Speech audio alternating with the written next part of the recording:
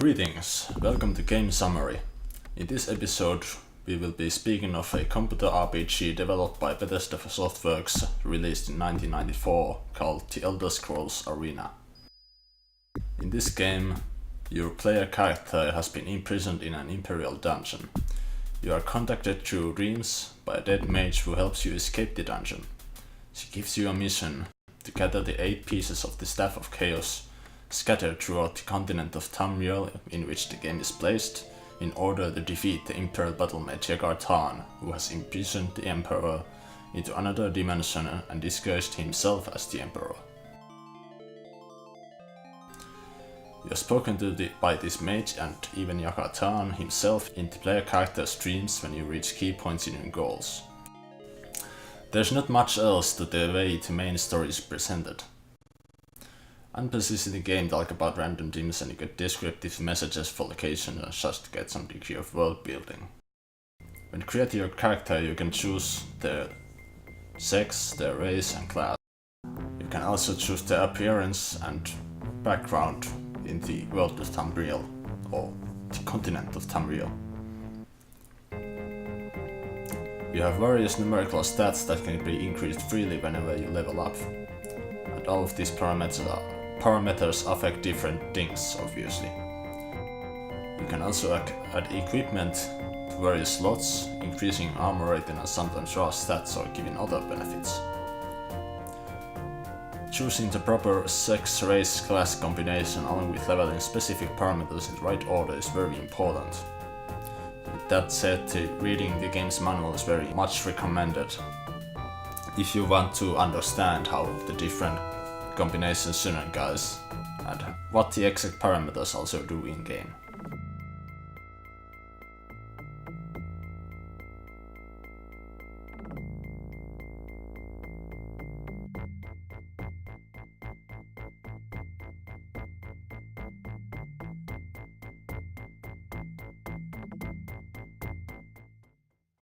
During most gameplay, the game calculates various levels of success and failure depending on invisible die rolls and parameters of the player character, much in the usual Dungeons & Dragons system, in which die rolls give you a bonus or penalty on your action, and parameters can also affect the success rate, and sometimes when they are high enough also help out with lower die rolls into making them successful ones. The character customization is fairly rich in a game this old, and learning to use it right is the key to success. In fact, it is the most important thing in the gameplay.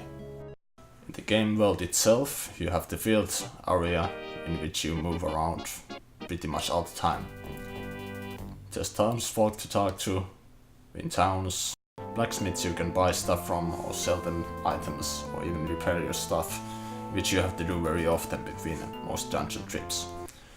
There's also mages who sell magic items and potions and magic spells as well, and you can detect your magic items and identify them. There's also temples for various gods that can give blessings if you donate money to them, and inns to rest at. You can also look for work and rumors in inns and outside them as well. Outside towns you may find a field area where there are some NPCs to be found, and also buildings and dungeons with monsters in them. There are also monsters that spawn in the field area itself. There is no content in the field areas necessary for the main quest itself. In the actual main story you will have to quick travel between provinces. You cannot walk between them. This will take several days in the in-game calendar, which is mostly made for flavor purposes. I'm not actually sure if the game has any kind of time limit. I tried to look it up, but I didn't really find anything. Some of these dates do come with some gameplay effects, like if there's a holiday you might get a free stay in an inn. And other effects such like that. It can also work to your disadvantage on some holidays. For example, shops won't be open at all. At night people stay indoors and monsters appear even in town. In the morning and day people are out and about. And the clock itself is not working by real life time, but it moves at roughly 1 minute per 5 real life seconds, from what I calculated. Pursuing the main goal requires speaking with specific people to learn locations of dungeons, quick traveling to them. All of your goals are generally in story dungeons, which are not randomized. The rest of the world, to my understanding, is randomized. The world is very large, it's overwhelmingly large. The size of the world is actually, honestly, I would say that it is too large. It doesn't need to be this large, especially as it becomes very, very monotonous in terms of assets later on. Everything looks very similar. There might be some change in the skyboxes, like that one volcano place. That was a very neat effect after seeing pretty much the same sky almost all the time. And there might be different weather in different areas, but otherwise everything looks very similar. There's also different NPC races in the game, but they all just have different skin color. There's no other difference in them. As for the way the game controls, you can wholly control it with your mouse almost. You will have to write texts here and there in riddles that the game will ask from you, but you can mostly use your mouse. Touching the edges of the screen allows you to move back, forward and straight, left and right, and you can also turn around. But you can also use arrow keys for movement, which is much more fluid and far less clumsy to use. You also have the ability to jump, and most of the time when jumping over obstacles or through holes or whatever, you will have to be very precisely aligned to be able to jump through. I didn't really realize this until like the later half of the game. When I tried to jump through things, I just assumed I can't jump over that height, but you actually can if you just are perfectly aligned with the way the actual hole is or elevation is. The UI has a bottom bar which has all the inputted information on it. You have your character icon, name, HP and stamina and MP bars, which govern your health, obviously stamina. If it goes low, you cannot do anything. It can be replenished while resting, so it's not a big deal. And there's also the MP bar, which will govern your mana, but my character here can't use any magic at all, which was a grand mistake on my part, and I'll get to that later. But obviously when you use magic, it consumes magic points, just like any other RPG, or almost any other RPG. There's also icons for various different actions and other sub-menus, like maps or item menus and such. You can also open a character sheet by pressing that character icon or pressing F1. Here you can see your stats and roll modifiers and such, and you can also check all your items from the next menu. How about the combat in this game? Well, you can brandish a weapon, which you have to equip first obviously, by pressing A or pressing the attack icon in the UI. And melee attacks are done by dragging your mouse across the screen while holding your left mouse button. And this is just for flavor, it just feels like you're swinging your weapon around, but it doesn't really matter where you hit or how you hit, it just matters that you hit as much as you can. So there's just representation of the attack. There will be a sound cue for blocks and parries, and also you should hear a very obvious the enemy got hurt sound when you hit them. If your class can also use magic, some of this magic acts as missiles that can be shot towards the enemies. Combat is in real time, but it functions through die rolls.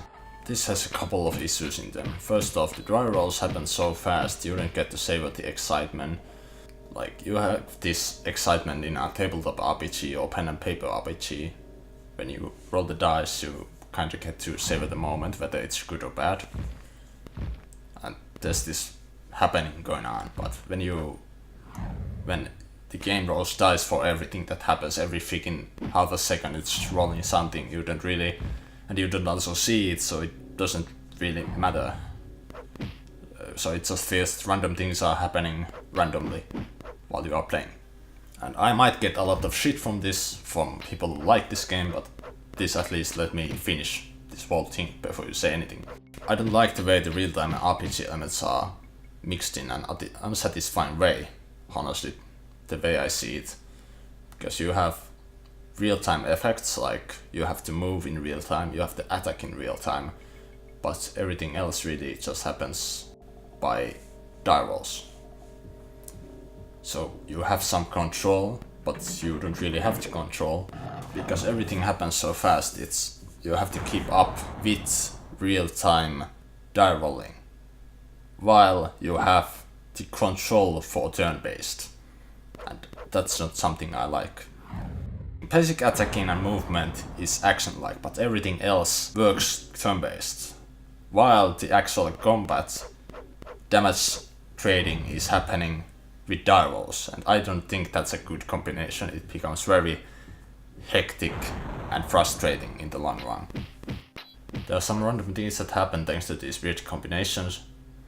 One thing that kept happening to me in this game was that there might be an enemy somewhere outside my view range, and they will fire like 5 spells in 1 second to my direction, and before I notice them I will die from them instantly, even though I leveled up my magic resistance a lot. And enemies can often spawn in your face and surprise you, because the game is... I'm not sure at how many intervals it's actually rolling for enemies to possibly spawn, but it happens occasionally. And sometimes, this might just be a bug, but sometimes some enemies simply disappear even if you don't touch them, and you still get the XP. They just are there, then they blow up. Nothing touches them, not even friendly fire from another monster's magic or anything, they just blow up in your face. And as far as I know, I don't have any item that actually causes that. Difficulty can vary in this game depending on your class X race combo, which I spoke about earlier. But as I said, modifying your stats properly is also important, so if you have screwed up with your stats and leveling them up, you might be having a harder time than you should be. You will also need good equipment, and magic is almost a necessity really. My character could not use magic, and it was in theory much harder for me to play through the game than it would have been for a magic user. Magic users can do a lot of stuff. They can heal themselves, they can use powerful magic to defeat enemies, they can pass through walls, they can open up doors that would sometimes need a key to open that you cannot break open with a weapon, and many more things. So what the combat actually is that you just attack using your weapon or whatever spells, and when you get hit you will drink health potions. You better have many hundred health potions when you enter a dungeon. You just keep downing those. And normally this is not a problem for me, because you have something to just strategize with, but you don't really have here. It all depends on the way you build your character. And I will now tell a little story. I dropped the game at a point where I had to fight 2 liches at the same time. This was 2 or 3 corridors away from the final boss, and I read an FAQ just to see what would have been ahead after this. And there was apparently more of these liches at the same spot, and apparently I would have only have to fight 2 or 4 liches if I had pass wall as well. I could have grinded a few levels to become strong enough to beat them easier, but overall the combat feels like hitting your head against the wall, and I just did not enjoy it. And there's not really any satisfaction in the act itself, but I can imagine that if you somehow understand the system better and you can make your character into a killing machine, you will enjoy the sense of satisfaction you get from seeing that character do things. That's what drives me in RPGs where your success mostly character growth based. Like when I can understand the system and make use of it, it's barely enjoyable. But there are other problems in this game that make it unenjoyable for myself. And I'm not saying that it's necessarily unenjoyable for everyone, but I want to bring these things up for those people who might be watching this and want to decide what they want from a game. Now we get to the dungeon crawling. Dungeons are fairly large in this game. They are formed by corridors and rooms. They can have hazards like lava or plain water, pitfalls and such. Pitfalls do not cause any damage, and they can also lead to some tunnels. But a big problem with pitfalls is that when you are in a pitfall and there's an enemy above you, well, the first thing is they can hit you, but you can't hit them. I've tried a lot. They can hit you even though you are a level below them, which does make sense, but when enemies on the other side of the room, many pitfalls away, on a higher elevation, can fire a magic projectile above your head, which will damage you, while you cannot see them and cannot do anything to them. It's not very fair. And yes, this game actually has a levitation spell, and even levitation potion. But despite that, it's very annoying, if you don't happen to have those at that point in the game.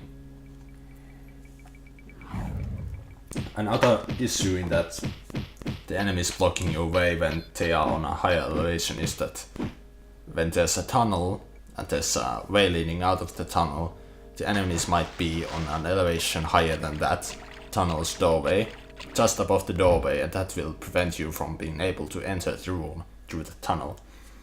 So you have to find another way since you can't damage that enemy either.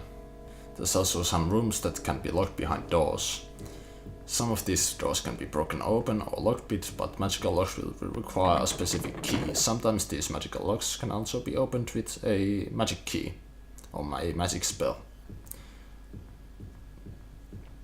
And that makes things easier for magicians. The thing I hate the most about this game is that these dungeons hold treasure, and they are littered around in random spots. This is the biggest problem for me. Sometimes you will fight your way through 5 rooms full of enemies into a dead end, finding absolutely nothing. Absolutely nothing.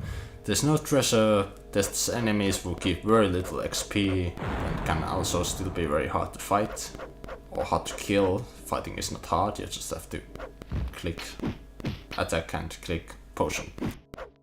You get no reward for clearing away other than knowing that, okay, there's nothing here, let's go search another place. And that's not very pleasant. Someone might say, well, this game is so old that they did not think about this. Well, these guys did not think about it, but many other RPG developers for games way older than this game have made specific, well thought out treasure placement, putting treasure in dead ends and places where there are a lot of enemies, so that you can get actually something else other than XP and the satisfaction of fighting enemies from defeating a lot of enemies and going through 5 rooms of enemies and actually getting something out of it. And this is something that kills the game for me personally. Some people do not mind this, and I also do not mind it normally. Like something like having a dead end, that's specifically a dead end, it adds interest in the game that you might not always get something. And there's this risk versus reward system in that. But in this game, since everything is randomized, everything except the dungeon layouts, but the treasure itself and its placement is randomized, it doesn't work. In my opinion, it does not work. You can judge by yourself whether that works for you or not. In this game there's a large amount of content, but I find its substance very questionable. The quests you can get from NPCs can be just randomer runs, but there's also some larger things like searching for specific artifacts throughout the game world, alongside the main quest, of course. Some people enjoy it, some people do not. I'd personally prefer a more compact world with more thought out content. As for graphics, the sheer size of the world is pretty impressive for the time, despite all the recycled assets. The sprites look pretty good, there's some detail here and there, and you can actually recognize what the enemies are. Like there's a lizard man, there's a minotaur, there's some kind of ghost thing that fires magic at you. The designs themselves aren't anything amazing, but they do get the job done. And the game is also fairly colorful, which I will give it some credit for. A lot of later Elder Scrolls games, from what I've seen, which I've not played yet, after Oblivion, after Morrowind, have been very grey and brown. It doesn't really look very impressive in terms of color. This one does. For the music, the amount of music is very limited and it's not very impressive in terms of composition. Outright just starts to grate on my ears over time. Like after you have gone through 15 dungeons, killing enemies for hours, listening to the same music in every dungeon over and over again, it becomes very boring. You also get one team for every town, one team for a palace, one team for temples, blacksmiths, mage guilds, and there's also a separate team for night and day. That's it. The game is not very loaded with music and it's not very good to listen to either. The sound quality of the music, however, is very good, and the sound quality for effects is also good. Sound effects overall are very atmospheric. It's a bit scary to hear some kind of weird scream in the distance, having no idea what it actually is. When you are facing newer enemies, and then you might actually see that monster that you have not seen before, and you will see that it's making that noise, and it's kind of relieving sometimes it's just more horrific to see that guy in front of you. Now, overall, what I can say about this game is that it's a very divisive game. If you can enjoy the satisfaction of building your character stronger, don't mind the dungeons with treasure scattered around randomly, or the overly large world that puts quantity over quality, you may enjoy it. Otherwise, I don't really recommend it for anyone, but it can be very enjoyable for people seeking this specific thing, or people not minding this specific thing. Or people not minding these specific aspects that are designed a certain way. With that said, I hope that you could decide whether you want to play this game thanks to this video, and I thank you for watching. See you again.